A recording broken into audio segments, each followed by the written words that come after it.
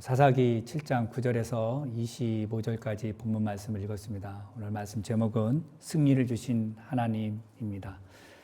인류 역사를 보면 전쟁이 멈춰진 적이 없는 것 같습니다. 최근에도 지금 중동에서 전쟁이 일어났고 또 몇 년 전에 또 러시아와 우크라이나 이렇게 또 전쟁을 하고 계속해서 지금도 진행됩니다. 이 전쟁의 이야기는 인류 역사에 계속된 것처럼 성경에도 많은 전쟁 이야기가 기록되어 있습니다. 우리가 성경을 보면 전쟁 중에서 특별히 말도 안 되는 이 전쟁은 정말 이해가 안 간다. 어떻게 이게 싸움이 되지라고 할 정도로 아주 이상한 전쟁들이 많이 있습니다. 그 중에 하나가 열왕기하 18장, 19장에 나오는데요. 그게 어떤 전쟁이냐면 아수르라고 하는 나라가 이스라엘을 쳐들어왔습니다. 남유다를 쳐들어왔는데 병력이 무려 18만 5천 명. 이 18만 5천 명이 예루살렘을 공격하기 위해서 포위했습니다. 이때 당시의 왕이 누구였냐면 히스기야 왕이었습니다. 이 히스기야 왕이 이 아수르 군대 18만 5천 명과 대적할 힘이 없었어요. 그래서 히스기야 왕이 할 수 있었던 거는 적군이 보낸 편지를 들고 성전에 올라가서 하나님께 기도하는 것이었습니다. 하나님 도와주십시오. 그랬더니 하나님께서 히스기야의 기도를 들으시고 밤사이에 여호와의 사자를 보내서 18만 5천 명이 밤사이에 다 죽고 이스라엘이 아침에 가서 보니 다 시체밖에 남지 않았던, 그래서 이스라엘이 승리한 그 이야기가 열왕기하 18장 19장에 있습니다. 말도 안 되는 전쟁이죠. 그리고 또 우리가 읽어보면서 이거 말도 안 되는 싸움인데 라고 했던 이야기가 우리가 잘 아는 다윗과 골리앗의 싸움입니다.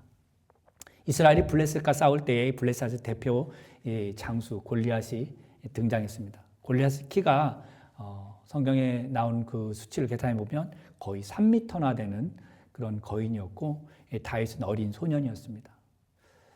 그러니까 2배 이상 큰 어린과 싸워야 되는데 다윗은 무기를 갖고 싸운 것이 아니라 물맷돌을 가지고 싸웠습니다. 그리고 물맷돌을 한 번 던져서 그 3m나 되는 거인 골리앗을 무너뜨렸습니다. 그래서 이스라엘이 또 이겼습니다. 그리고 이제 또 하나 이상하고 참 이건 싸우면 안 되는 전쟁인데 라고 말하는 전쟁이 바로 오늘 우리가 함께 읽은 기드온과 300명이 미디안의 그 연합군 13만 5천 명을 이긴 이야기입니다. 아수르를 이긴 이야기, 그리고 골리앗을 이긴 이야기, 그리고 미디안 연합군을 이긴 이야기 속에는 공통점이 있습니다. 그것은 뭐냐면 그 싸움에서 하나님의 사람들이 있었다라는 거예요. 히스기야가 있었고 또 다윗이 있었고 또 기드온과 300명의 사람들이 있었습니다. 그리고 또 하나 공통점은 뭐냐면 그 싸움 가운데에 하나님이 직접 개입하시고 하나님이 직접 싸우셨다라는 겁니다. 성경에서 전쟁 이야기하기 할 때는 모든 전쟁이 하나님께, 여호와 하나님께 속하였다라고 말합니다. 그래서 하나님이 직접 이스라엘을 위하여 싸우셨다. 그리고 하나님의 사람들과 함께 하셨다라고 성경은 계속해서 전쟁에 대해서 이야기를 합니다. 그래서 모든 전쟁이 하나님께 속하였다라고 하는 것을 뒷받침해주는 성경 구절이 몇 군데 있는데 그 중에 2개만 찾아본다면 출애굽기 14장 13절에서 14절 말씀입니다. 제가 읽어보겠습니다. 모세가 백성에게 이르되 너희는 두려워하지 말고 가만히 있어서 여호와께서 오늘 너희를 위하여 행하시는 구원을 보라. 너희가 오늘 본 애굽 사람을 영원히 다시 보지 아니라 여호와께서 너희를 위하여 싸우시리니 너희는 가만히 있을지어다. 출애굽한 백성들 쫓아온 그 애굽 군대들을 하나님께서 싸우신다라고, 너희는 가만히 있고 내가 싸울 것이다라고 말씀하고 있습니다. 그리고 또 하나는 사무엘상 17장 47절 말씀인데 이렇게 되어 있습니다. 또 여호와의 구원하심이 칼과 창에 있지 아니함을 이 무리에게 알게 하리라. 전쟁은 여호와께 속한 것인즉 그가 너희를 우리 손에 넘기시리라. 전쟁은 여호와께 속했다라고 또 말씀하고 있습니다. 이렇듯 성경에서는 모든 전쟁, 즉 이스라엘과 관련된 모든 전쟁은 하나님께 속하였고 하나님이 싸우시는 것이다 라고 말을 하고 있어요. 그래서 이 전쟁 이야기가 오늘 본문에 또 한번 이렇게 나오는데 오늘 기드온과 300명이 미디안 연합군 13만 5천 명과 싸우는 이야기가 과연 어떤 이야기인지 그리고 오늘 우리에게 무엇을 말씀해 주고 있는지 한번 살펴보도록 하겠습니다. 먼저 9절에서 11절 말씀을 내용을 보면 어떤 내용이냐면 여전히 두려움에 사로잡혀 있는 기드온과 그 두려움을 너무너무 잘 알고 이해하시는 하나님의 모습이 그려져 있습니다. 여호와께서 이제 기드온에게 말씀하세요. 다시 한번 미디안을 너의 손에 붙여주고 너는 이길 것이다 라고 말씀했어요. 사실 이전에도 여호와 하나님이 기드온에게 약속해 주셨어요. 너는 큰 용사이고 이 미디안을 너에게 붙여주겠다라고 말씀해 주셨습니다. 그리고 많은 또 이적들을 통해서 확신을 주었잖아요. 양털 이적을 보여주셨고요. 이쯤 되면 기드온이 믿어야죠. 그런데 믿지 못했던 것 같아요. 그래서 하나님이 다시 한번 말씀해 주시는 거예요. 내 손에 미디안을 붙여줄 것이다. 그런데 이 말씀을 듣고 나서 또 하나님 계속 말씀하십니다. 뭐라고 말씀하세요? 오늘 보면 10절에 보면 만일 내가 내려가기를 두려워하거든 내 부하 부라와 함께 그 진영으로 내려가라. 하나님은 알고 계셨어요. 이렇게 이적을 보여주시고 확신을 주셨는데도 불구하고 이 기드온 마음속엔 두려움이 여전히 있었던 거예요. 그래서 오늘 네가 진영으로 내려갈 텐데 두렵다면 너 혼자 가지 말고 부하 부라를 데리고 함께 내려가라 말씀해 주셨습니다. 책망하지 않으셨어요. 너 왜 두려워하냐? 내가 이적도 보여줬잖아. 내가 몇 번 말했잖아. 이렇게 말씀하시면서 책망할 만도 한데 핀잔 줄만 한다. 그렇지 않고 안심하라 하는 것처럼 위로해 주시고 두려워하지 말라고. 두렵다면 네 부하 부라와 함께 내려가서 내가 말한 그 증거를 확인하라고 말씀하시는 거예요. 지난주에도 말씀드렸지만 두려움이라고 하는 것은요. 하나님이 주신 마음이 아닙니다. 우리가 보통 두려움을 언제 느낍니까? 내 자신이 듣고 또 생각했던 것보다 눈에 보이는 것이 더 크고 더 실제보가 더 크기 때문에 눈에 보이는 현상이 내가 생각했던 것보다 더 크기 때문에 나를 압도하기 때문에 두려움이 생긴다라는 거예요. 그런데 이 두려움보다 우리를 압도하는 두려움보다 더 크고 더 위대한 분이 계시는데 그분이 하나님이세요. 그러니까 하나님이 함께 하신다면 우리 눈에 보이는 그 두려움들, 우리 현상들에 대해서 두려워할 필요가 없다라는 거예요. 하나님이 함께 하시고 전능하신 천지를 만드신 하나님이 함께 하시기 때문에 그분이 우리 아버지가 되기 때문에 그분을 믿고 의지하면 두려워할 필요가 없다라는 겁니다. 그래서 우리는 그 하나님을 믿으며 담대하게 앞으로 나아가면 되는 거예요. 베드로의 이야기를 잠깐 한번 해보겠습니다. 여러분, 베드로가 바다에 빠져서 죽을 뻔한 적이 있습니다. 어떤 이야기냐면 이제 제자들이 배를 타고 갈릴리 바다를 지나는데 예수님께서 그 바다를 걸어서 그 배 가운데에 나오십니다. 그게 제자들이 보고 처음에 유령인 줄 알았어요. 왜냐하면 사람은 물 위를 걸을 수 없잖아요. 근데 터벅터벅 돌아오니까 유령인 줄 알고 떨고 있었는데 예수님께서 나다라고 말씀하셨어요. 그때 베드로가 그 말을 듣고 예수님, 내가 그러면 예수님께 갈 수 있도록 허락해 주십시오. 그래서 예수님이 오라 말씀하셨어요. 그래서 베드로가 용감하게 바다를 뛰어들었죠. 그래서 몇 발짝 걸었습니다. 그런데 걷다 보니 성경에 보면 바람이 베드로에게 불었어요. 큰 바람이겠죠. 그리고 베드로는 그 바람을 보고 무서워서 퐁당 물에 빠졌습니다. 빠지자마자 베드로가 했던 말은 뭡니까? 주님, 저를 살려주십시오. 구해주십시오. 라고 하면서 베드로를 물에서 건져주십니다. 오라라고 하는 말씀을 듣고 겁없이 바다에 뛰어들어서 걸었습니다. 그 말씀, 오라라는 말씀에 믿음이 생겼어요. 그래서 나는 이제 바다를 걷는다 라고 했지만 그 말씀보다 더 컸던 모양이에요. 바람을 보았습니다. 바람이 눈에 보이나요? 나는 바람 본 적 눈에 볼 수는 없는데 느껴지잖아요. 어쨌든 성경에는 바람을 보았다라고 그랬어요. 그 바람이 예수님이 오라라고 했던 말씀보다 더 컸던 것 같아요. 그랬더니 두려움에 빠져서 물에 잠겼습니다. 즉 우리가 믿음이 있을지라도 우리는 살아가면서 두려움이 여전히 있다라는 거예요. 믿지만 여전히 우리는 두려움이 있다라는 거예요. 그런 두려움의 종류가 우리 가운데 무엇이 있을까요? 경제적인 두려움이 있습니다. 인간관계의 두려움이 있고요. 또 건강의 두려움이 있습니다. 그리고 신앙생활의 어떤 두려움들이 있습니다. 이런 두려움들을 붙들고 살 게 아니에요. 이런 두려움들은 우리의 믿음의 성장을 방해하는 장애물이고 이런 두려움은 우리가 신앙생활하면서 도움이 안 되는 어떤 감정들입니다. 그래서 나 혼자 이 두려움이 사실 감당이 안 된다면 내 옆에 있는 믿음의 신앙의 형제 자매들에게 도움을 청하는 거예요. 내가 건강에 문제에 있어서 두려움을 느낍니다. 신앙의 생활에 두려움이 있습니다. 인간관계의 문제에 두려움이 있습니다. 신앙생활에 두려움이 있어요.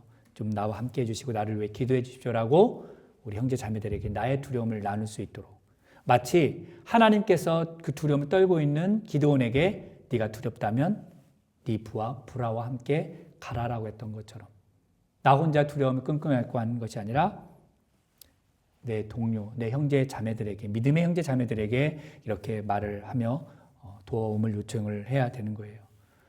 예수님께서는 우리의 연약함, 우리가 두려워한다라고 하는 것을 너무나도 잘 알고 계세요. 왜냐하면 예수님께서 하나님 되신 그 예수님께서 인간으로 오셨고 육체의 몸을 입으셨습니다. 그래서 그분은 눈물, 슬픔, 배고픔, 인간의 아픔들 그리고 인간이 무엇을 두려워하는지 너무너무 잘 알고 계셨다라는 거예요. 그렇기 때문에 예수님께서는 우리가 두려워할 때마다 우리를 책망하지 않고 오히려 우리에게 힘을 주시고 위로하시고 용기를 주시는 거예요. 그래서 보혜사 성령을 우리에게 보내주셨기 때문에 그 성령께서 우리와 함께 하심으로 이제는 우리가 두려워할 필요가 없다라는 거예요. 그래서 저는 오늘 바라기는 하나님께서 기드온에게 두려워하지 말라라고 말씀하시는 것처럼 오늘 저와 여러분은 주님의 말씀 붙들면서 두려움에서 이겨내는 두려움을 떨쳐내는 그런 용기 있는 믿음의 사람들이 될 수 있기를 바랍니다. 이렇게 해서 이제 두려움을 이제 내려놓고 보라와 함께 이제 내려가 보라고 하는 하나님의 말씀에 순종해서 내려갑니다. 근데 여기에 보니까 진영으로 가라고 그랬는데 우리 성경에는 어디까지 갔다고 그랬냐면 진영 근처까지 갔다라고 이야기를 하고 있습니다. 11절에 보면 진영 근처까지 내려갔다 그랬어요. 근데 갔는데 가서 보니까 자기가 들었던 것보다 눈에 보이는 현상이 더 컸어요. 그게 뭐냐면 미디안 연합군대가 얼마나 많았는지 메뚜기에 많은 것 같다라고 성경을 하고 있어요.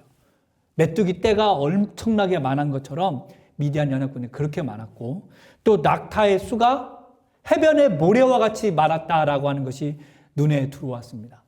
진영 근처에 가서 보니 미디안 군대가 연합군대가 메뚜기 떼만큼 많고 낙타가 바다의 모래와 같이 많은 것이 눈에 현실적으로 들어왔어요.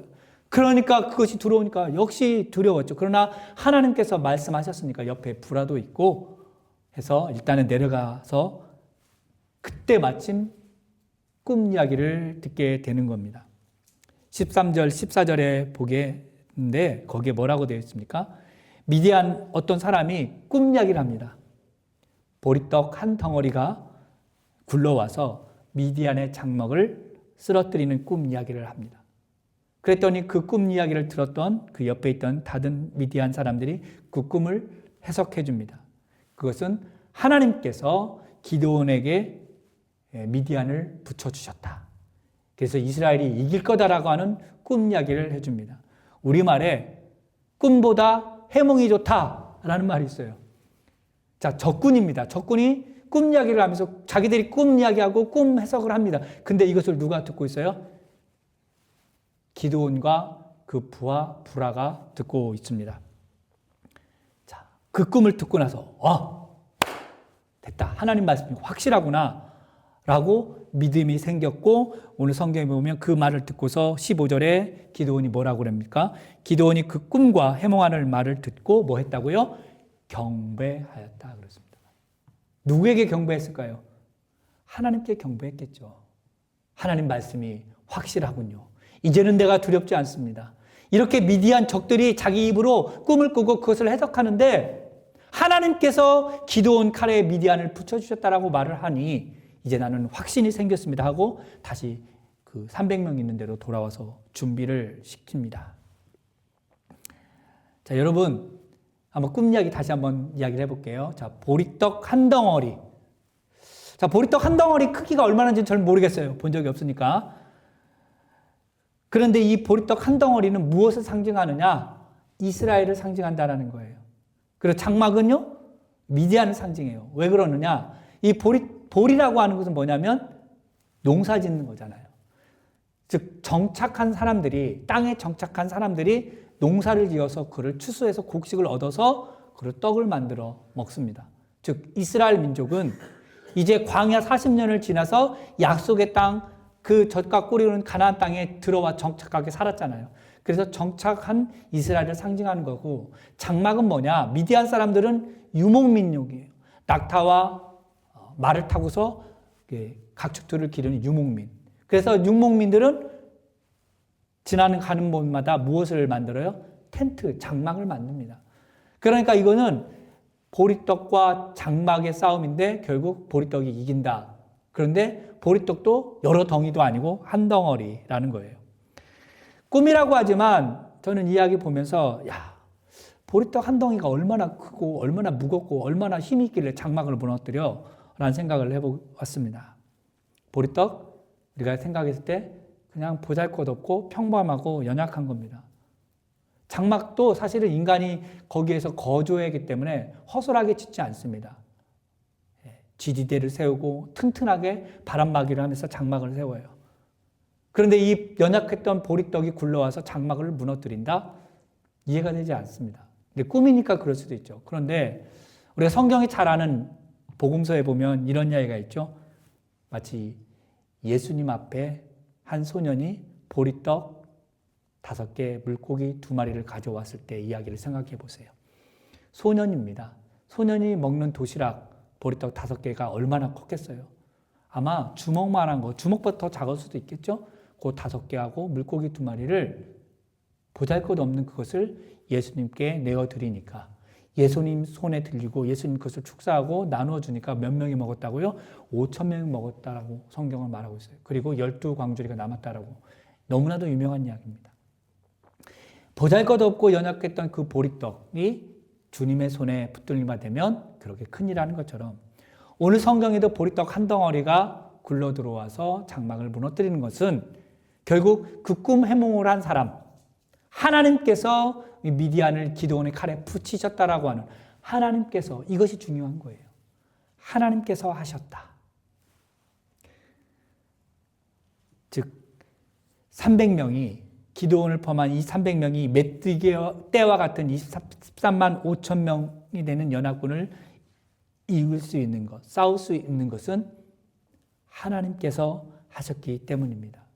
하나님 손에 이스라엘 그 300명, 기드온과 그 300명이 하나님 손에 붙여졌기 때문에 미디안 연합군을 상대하고 싸울 수 있었다라는 거예요. 이렇게 볼 때 저와 여러분을 한번 생각해 보세요. 세상 사람들이, 그리고 세상이 우리를 볼 때 어떻습니까? 우리는 연약합니다.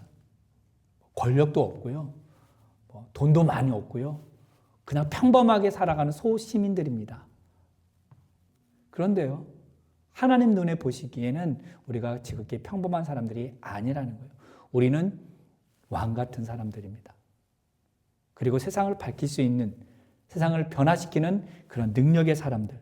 그래서 작고 연약하지만 세상이 볼 때 우리는 작고 연약하지만 하나님의 그 위대한 손에 붙들리만 되면 마치 보리떡 5개, 물고기 2마리처럼, 그리고 오늘 성경에 말하는 보리떡 한 덩이가 장막을 무너뜨리는 것처럼 우리가 하나님의 손에 붙들리만 되면 그렇게 위대하게, 크게, 능력 있게 쓰임받는다라는 사실입니다. 그러니까 우리가 세상에 대해서 전혀 주눅들 필요가 없다라는 거예요. 그리고 오늘 하나님 말씀 보면 이제 싸움이 시작이 됩니다. 싸움을 시작을 하는데 이제 말씀을 확신을 듣고서 이제 싸움을 시작했죠. 준비를 하는데 작전을 세워요. 그것이 뭐냐? 싸움을 준비하는데 칼과 창과 화살, 방패 이런 걸 준비하는 게 아니에요. 오늘 성경에 보니까 뭘 준비했어요? 나팔, 그리고 항아리, 횃불입니다. 그냥 일상생활에서 쓰는 것들, 도구들이에요.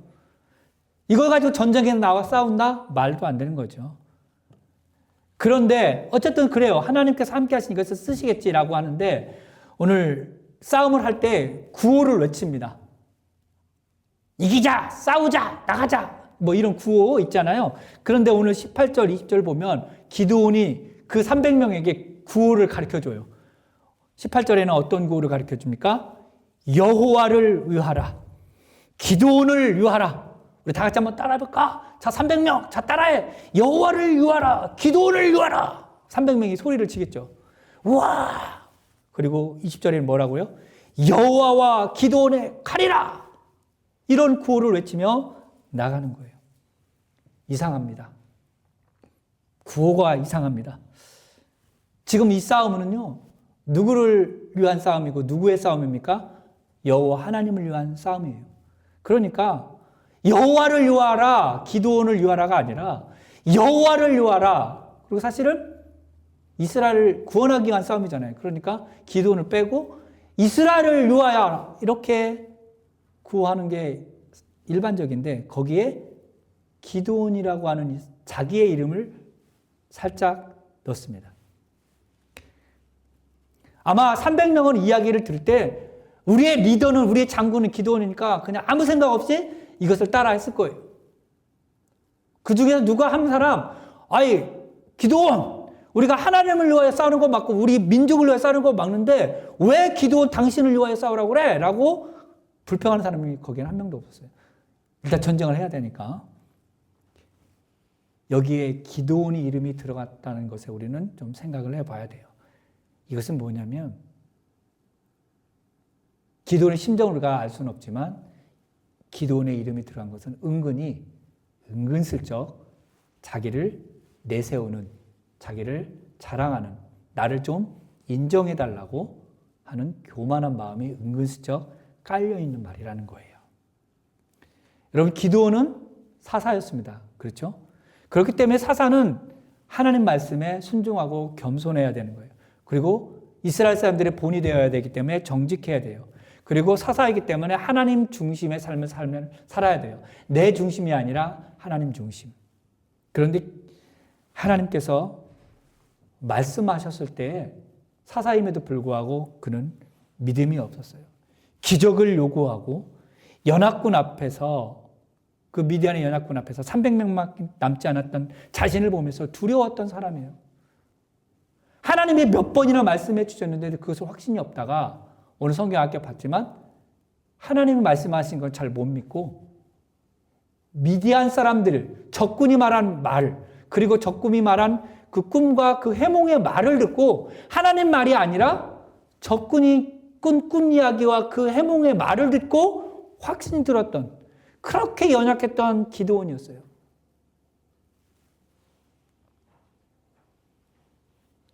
부족했던 그 기드온이 여호와를 위하라, 기드온을 위하라, 여호와와 기드온의 칼이라 라고 말을 하는 거예요.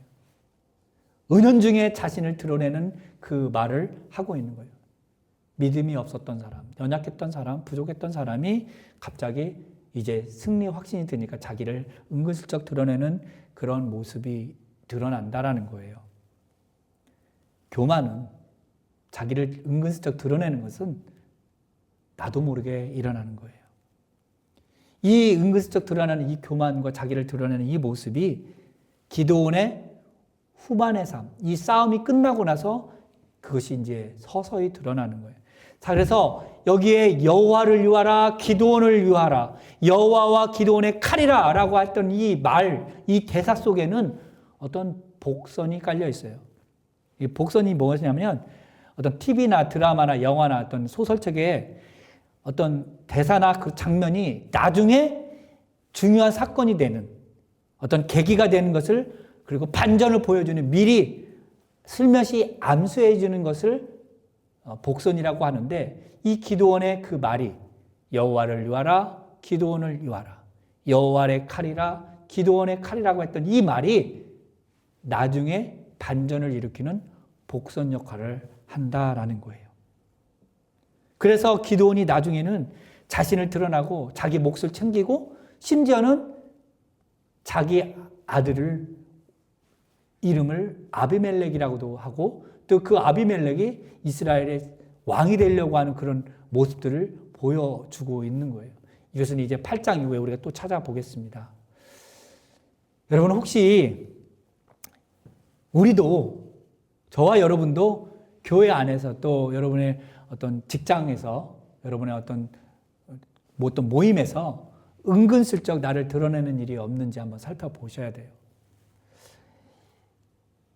그래서 어떤 일을 할 때 누군가가 내가 하는 일을 좀 알아주기를 바라는 마음으로 좀 일을 하고 있지는 않은지, 내가 하는 일에 대해서 아무도 알아주지 않는다고 좀 실망하고 불평하고 있지는 않은지, 우리가 그것을 한번 점검해 봐야 되는 거예요. 교회 안에서, 그리고 내 직장 안에서, 내 공동체 안에서 은근슬쩍 나를 좀 드러내려고 하는 말, 행동들, 이런 모습들이, 그것이 은근슬쩍 드러난다라고 하는 것은 온전한 믿음의 사람, 온전한 거듭난 그리스도인의 모습이 아니라는 거예요. 온전히 우리가 드러나는 것이 아니라 온전히 우리가 겸손해져야 되는 거예요. 다른 사람이 나에 대해서 알아주지든 알아주지 않든 간에 우리에게 주어진 일에 대해서 겸손하게 나를 드러내지 않고 나를 죽이고 우리에게 주어진 일을 조용히 해내야 되는 거예요. 마치 소금과 같다라는 거죠. 소금은 자신의 존재를 딱 드러내기 위해서 어떻게 합니까? 녹아져야 소금의 존재가 확실히 드러나죠. 소금이 그냥 쓰이지 않을 때는 하얀 결정체에 있다. 이것이 음식에 들어가고 물에 들어가고 그러면 녹아지잖아요. 그래서 녹아 없어졌지만 그것을 맛을 보는 사람은 아, 소금이 들어갔구나라고 알게 되는 거예요. 그런 것처럼 우리가 신앙 공동체 안에서, 그리고 또 어떤 직장에서, 이런 삶의 공동체에서 나를 드러내려고 하는 것이 아니라 내가 있는 듯 없는 듯, 오히려 내가 없어 보이지만 그곳에서 꼭 중요한 역할을 하는 마치 소금과 같은 그런 모습들, 겸손한 모습들이 우리에게 있어야 돼요. 우리가 인정받기 위해서 나를 은근히 드러내면서 교만한 마음들, 이것은 하나님이 기뻐하지 않는다라는 거예요. 그래서 하나님은 겸손한 사람을 가까이 하시고 교만한 사람을 멀리 하십니다. 그래서 잠언 3장 34절과 야고보서 4장 6절 말씀 이렇게 기록되어 있습니다. 잠언 3장 34절에 보면 진실로 그는 거만한 자를 비우시며 겸손한 자에게 은혜를 베푸시나니, 이 말씀을 가지고 야고보 사도가 다시 적용해서 말하는 것이 야고보서 4장 6절입니다. 그러나 더욱 큰 은혜를 주시나니 그러므로 일러스되 하나님이 교만한 자를 물리치시고 겸손한 자에게 은혜를 주신다 하였느니라. 우리가 하나님을 믿는 사람이라면 하나님 앞에서, 그리고 사람 앞에서 겸손해야 되는 거예요. 은근히 나를 드러내는 말과 행동, 이 생각들을 해서는 안 된다라는 거예요. 그래서 우리가 낮아져서 예수님처럼 그런 겸손한 삶을 이렇게 사는 저와 여러분이 되기를 바랍니다. 이제 마지막으로 이제 싸움이 시작되었습니다. 그런데 아까도 말했지만 무기 없이 싸움을 합니다. 그것이 이제 16절에서 25절까지 되오는데, 칼과 창과 화살, 방패 이런 것으로 나가는 것이 아니라 항아리와 그리고 횃불과 나팔을 가지고 나가는데, 먼저 나팔을 불고 항아리를 깨뜨리고 횃불을 듭니다.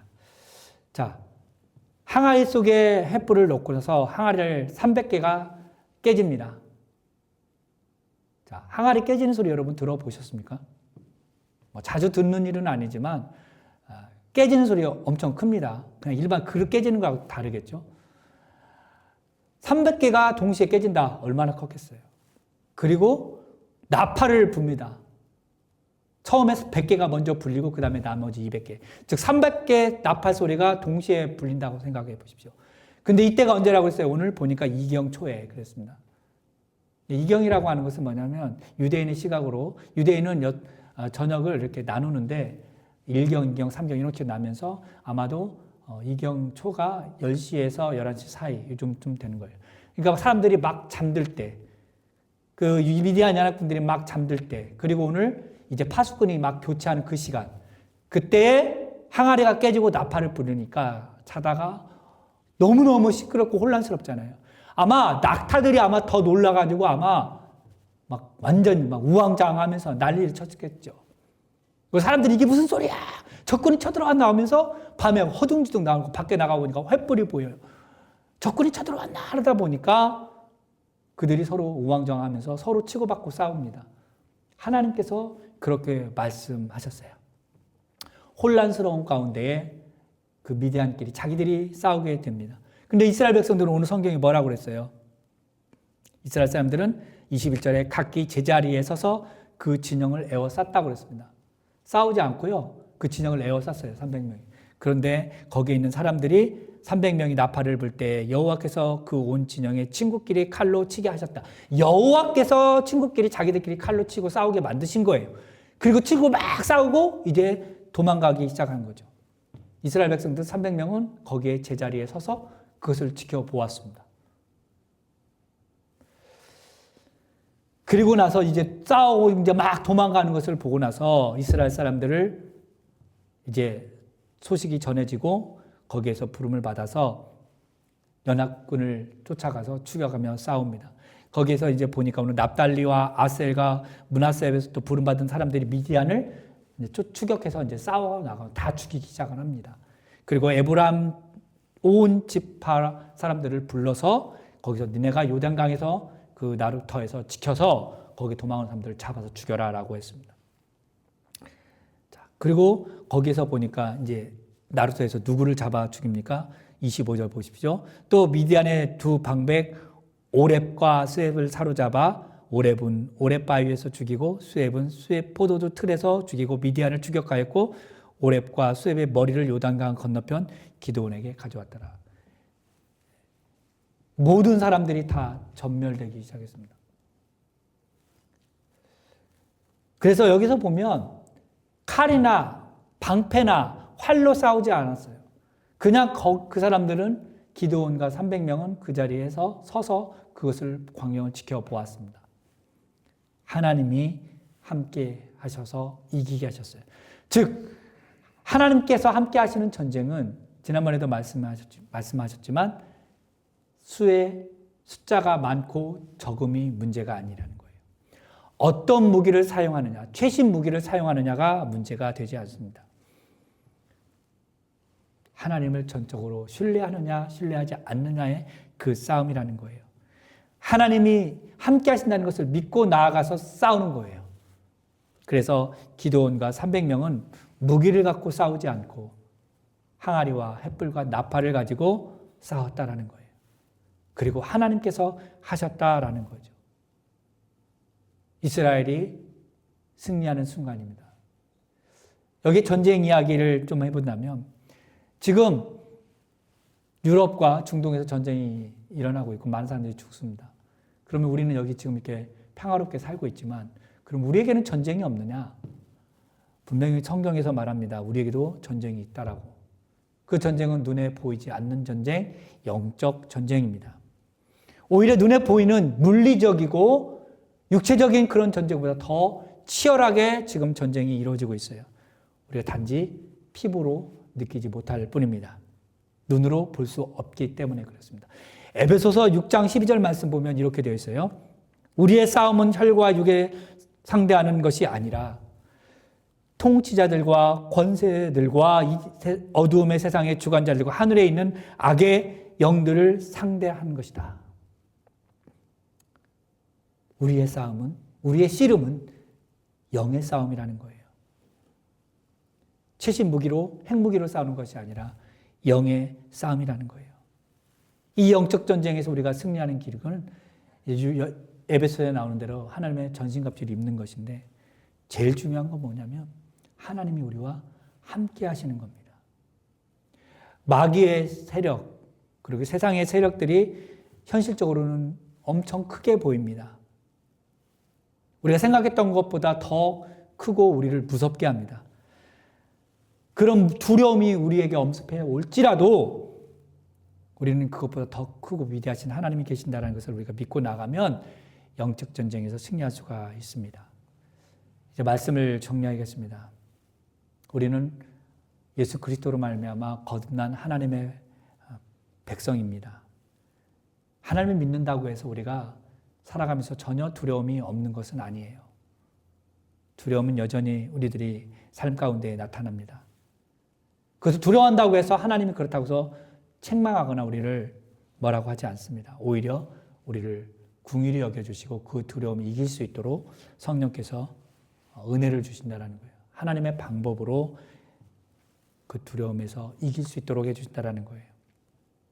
그리고 우리가 어떤 일을 할 때, 무슨 일을 할 때 나를 은근히, 나 자신 은근히 드러내는 그런 교만한 마음이 아니라 겸손한 마음을 가져서 오직 하나님의 영광만 드러내는 그런 삶을 우리가 살아나가야 된다는 거죠. 그리고 하나님의 방법은 세상의 방법과 다르다.